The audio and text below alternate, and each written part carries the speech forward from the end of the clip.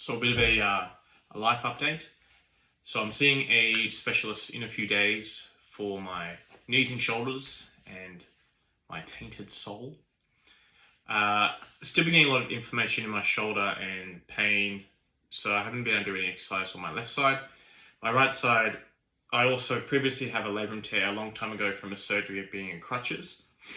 And there's a positive for a sulcus, so there's a lot of instability here. So having not being able to do a lot of exercise with my right shoulder, it's starting to get quite painful because naturally my shoulder kind of wants to round forward, and it puts a lot of pressure on that long head of the bicep tendon. So that's something I also want to see the specialist about. In regards to my knee, I have like a grade 2 aggravation in the meniscus. Luckily, there's no sign of a tear, but basically my walking had gone from doing, roughly 20,000 steps a day all the way down to basically doing nothing, maybe 1,000 steps, if that. There was one day where I did go to the zoo with my friend and his family, and it was around 5,000 steps, and my knee was actually quite sore post that event and the next day. So I just really had to kind of lower it quite a lot. From an exercise point of view, I'm just doing more like typical rehab style exercises, sadly.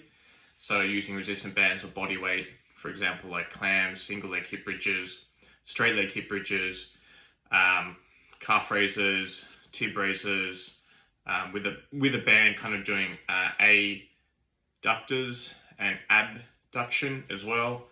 So very limited in what I can do upper body wise. I can only do stuff on my right side at the moment. The reason I'm trying to keep doing stuff on my right side is one, just because I have that natural instability in my shoulder. So the weaker my shoulder becomes, the more it does move, and as I said, the more it kind of comes forward and puts a lot of pressure and pain in the front of my shoulder. And also from a cross, I'm not really 100% sure what the actual term is, but basically the more I can keep this side strong and working, the better chance as I'm recovering that the left side will also be able to put on muscle mass and gain strength. So I'm kind of doing the same thing as well to a degree with my left leg in comparison to my right. So at the moment I can't do any kind of quad dominant exercises on my right side. So I've been doing some stuff on my left. A few reasons here, being the mess I am. One, to kind of preserve the muscle mass as much as I can in my left quadricep. Having had a lot of issues with osteoarthritis on the left side, what a fucking mess I know. Trying to keep that knee as strong and stable as possible.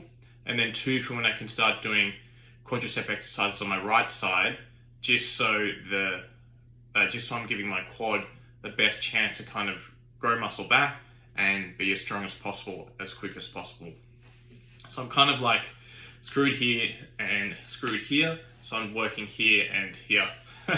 bit of a cross diagonal there. But that's an update from the life and exercise point of view. From a diet aspect, I did have a day recently, being the new year, but I was just kind of like, screw it. I just want to have a day where I completely let loose. Is this the healthiest thing? Definitely not. But I am one who has quite a big sweet tooth, and I do find it hard to have self-control with certain areas, sweets being one of them. So I did just kind of want to just say, hey, I'm really lean, I'm kind of recovering at the moment, I just want to take this time to enjoy it, kind of eat what I want, and see how we go. So 2 places I put on my list for sure. One was a Cheesecake Factory, being in America, thank you. And the other was just a good old grocery store for some Reese's Pieces, which are my 2 favorite sweets. So I definitely went a bit crazy. I think I had 7 slices of cheesecake, the pecan and the Adams being my 2 favorite. I had 4 scoops of vanilla ice cream, and the Reese's Pieces, they have like this single one which is quite thick. It's like a caramel one, and then a king size with the 5 different cups with some other chocolate like Kit Kats and Lindt cookies and cream. It was a lot. And then I went out to dinner with some friends, and I had a really big, what I would call a burrito, but I think that and a quesadilla, I get kind of mixed up between the two, but it was a thick, with a double C, girthy burrito.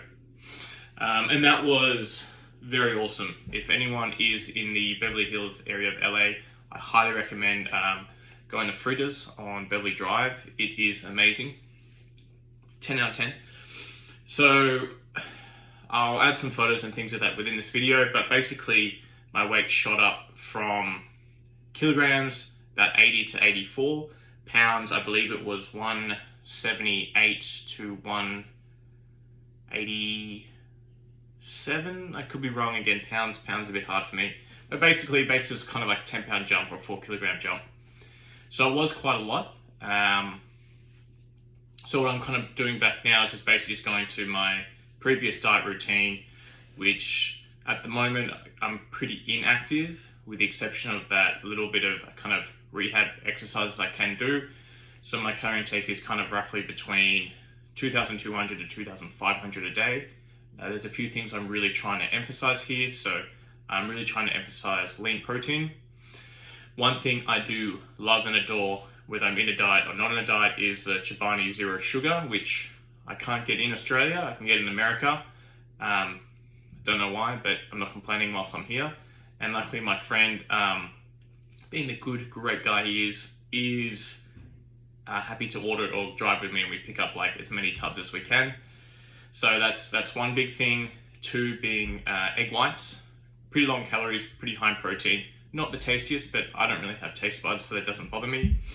So lean protein is one thing I'm really trying to emphasize.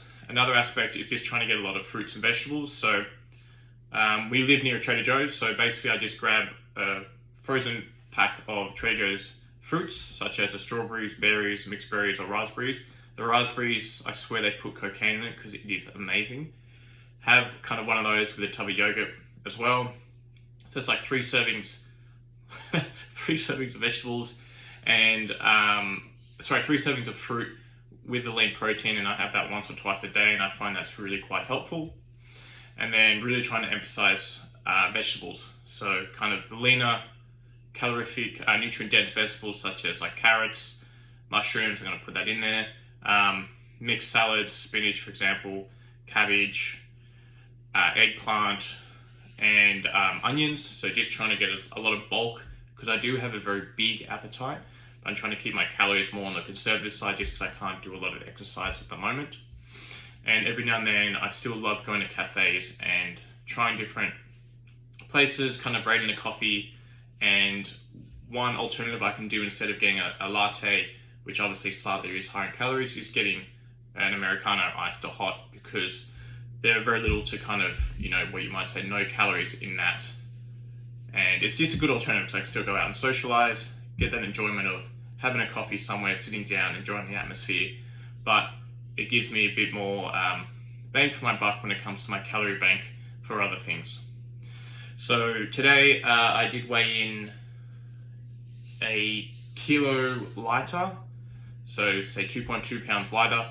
Again, I wouldn't have lost a kilogram of body fat, as I wouldn't have put on 4 kilograms of body fat. It's purely just there's a lot of water weight which has been retained from eating pretty high processed foods that does have a lot of salt, does have a lot of sugar and other things in it. So over time, as long as I'm sticking to this nutrition plan, my weight will slowly go back down. I think that's one thing to kind of think about from an important aspect coming out of like the holiday season, is we just want to kind of get back on track to where we were before, looking at this more as a long-term change rather than doing really small, aggressive diet ditches. So for example, if I'm going to eat a crap ton of food, like I did the other day, it was a lot. So roughly recording, it was about 25,000 calories. That's a big difference, but I did eat a lot and I wasn't really recording a lot of it. But based on times I've previously eaten like this, it was about the same. And times when I previously recorded it, it's again about the same. And then instead of doing really aggressive cuts, such as maybe fasting for a day or juice cleanse or something like that, where you're really cutting your calories essentially to zero, there's a greater potential, 1, to rebound and binge eat. 2, you're going to be losing muscle mass at a greater rate because you don't have that protein coming in daily to kind of keep your muscles there. And 3, just from an energy point of view, you'd be yo-yoing really crazy. And I find when I don't have a lot of energy, my mood level goes down, I'm not necessarily the most enjoyable person to be around. So just keeping those in the back of my mind from past experiences, being like, okay, hey, let's take this slowly and less aggressively and make it more sustainable. So, every day I'm still making sure I eat 3 meals and eat properly. And again, emphasizing protein being one of them, especially because I'm recovering. And understanding that's going to be a bit of a longer process, but a bit of a healthier process to come back from the holidays. So I hope this helps with you guys. Obviously, coming into the new year, I'm sure we all have those goals of kind of wanting to improve our health. And then coming from the holiday period, or you might still be in it where there's a lot more food, a lot more alcohol, and we may be exercising a bit less. So again, just remember, with the goals that we put in for the new year, it's that long haul of a process where we're trying to create a new lifestyle, and we're trying to understand that this is going to take a lot of time rather than doing like a 1 week, 2 week, or 6 week blast. We want to try and create healthy habits and carry them on throughout the years. So we don't necessarily have to do this again, firstly. And then secondly, if we do, we have the confidence and the faith to understand that we can get back to where we were. Because again, life's about cycles, ups and downs. It's important to have times where you enjoy yourself and to understand that we can go back to hitting our goals outside of that. Anyway, Happy New Year to everyone, and we'll speak soon.